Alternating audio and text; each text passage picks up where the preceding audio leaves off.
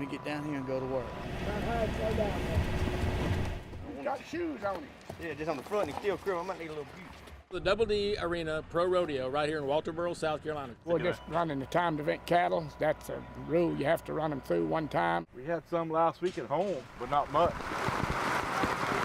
Trying to stay dry. We just got to take what we can get, really. It'll make our bull rope slippy and make it more of a challenge for us. No, I'm not a rodeo cheerleader. But I cheer for all the cowboys.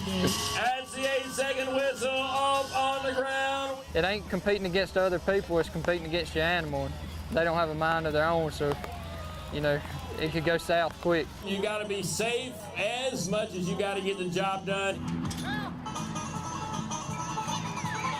Being outside and watching Mother Nature work at its best. These cowboys earn a paycheck. If they place in the top 1, 2, or 3 positions, they'll actually take a lot of money home. Let's go, man. I like it. I mean, it's a good place to come to. I look forward to it every year. And rodeo is a good family sport. Cowboy, we're going to leave it all up to you now. I just want to see some good bull riding and some good horseback riding tonight, and a little bit of roping. I hope they have a good time and come back for some more. By the force of the swing, you never know this golfer is in a wheelchair. That is a slower one. But today, Anthony Neto is standing. Standing, it's tiring, it pulls, but I know it's good for therapy, and I'd rather do the therapy out here than at the hospital. Paralyzed over 20 years ago, Neto helped develop the paragolfer. You start turning this part of your body. It allows disabled veterans and others around the country become more mobile. He says it helps healing in more ways than one. It's good for your self-esteem, and it's also good for the body. I mean, I'm preventing bed sores, I'm doing a stretch, my blood pressure, everything is enhanced through standing. Gina Peabody says moving and standing with the paragolfer takes getting used to. It's not too bad. Initially, I felt like I was going to fall forward, but it can stand all the way up. Learning to tee up shots on the course is a different story. Terrible. Getting used to it. Getting used to it. My swing was terrible. It's just a whole different feeling. All right, let's roll. Off the green, That's how we roll. Thanks, brother. a ride with pride. Salutes from fellow veterans. I gotta tell you, it's incredible. It makes me proud to see these guys out here. Neto says the paramobile has helped him and others move on from their injuries. It's a learning curve, it is, but with our brothers here, you see, we're standing tall, actually, I'm not the shortest amongst us. Sorry, brother. That's all right.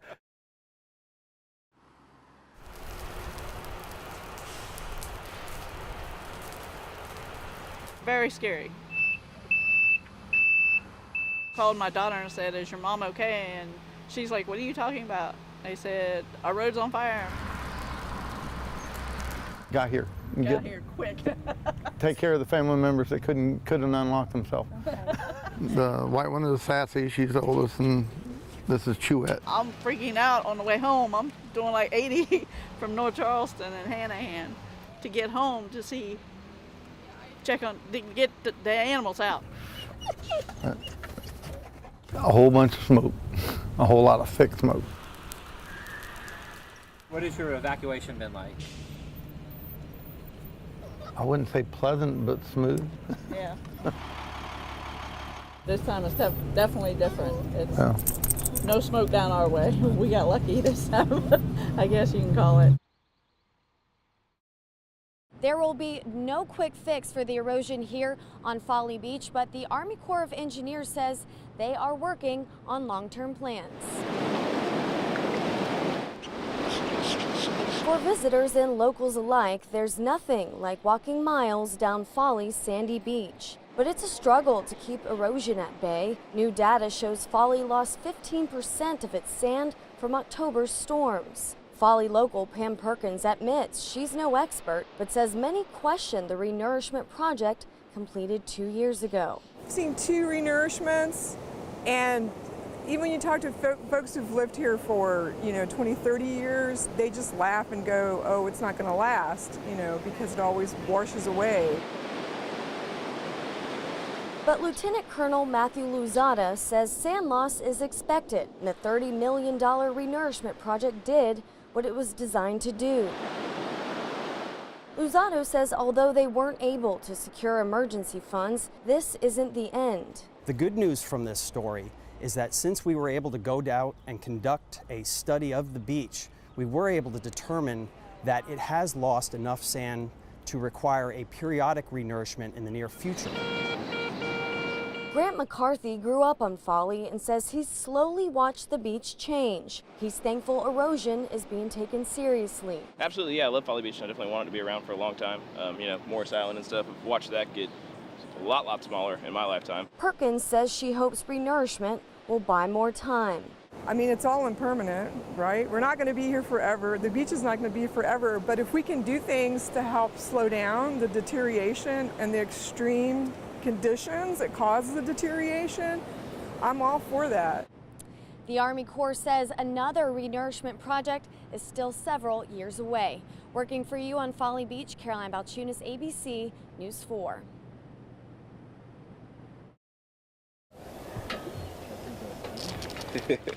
I thought 50 pounds, still lying. We are honored that today we get to share those resources with the wounded warriors and the veterans that have helped make this nation great. Probably about 10 minutes of preparation once you get on site. This year we have much larger participation. The event is definitely growing. The word is getting out. It's going in. I love fishing, and I love the outdoors. We're giving awards for the biggest fish. Wounded warriors know I got PTSD. Oh, God. Chilling. Right, for playing. We also have members from Ashley Hall who are working with the veterans to bring up the fish and then bringing them to the Department of Natural Resources where they'll scale them and age them. Goodness. All right, I got it. Throw it.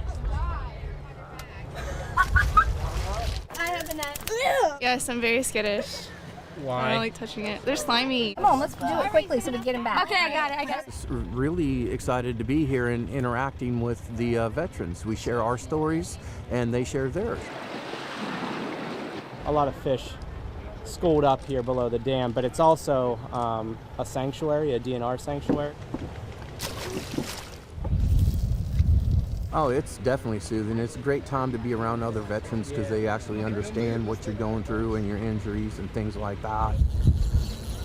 Doesn't fully say thank you, but it's a start, and they seem to enjoy themselves, so that makes us happy.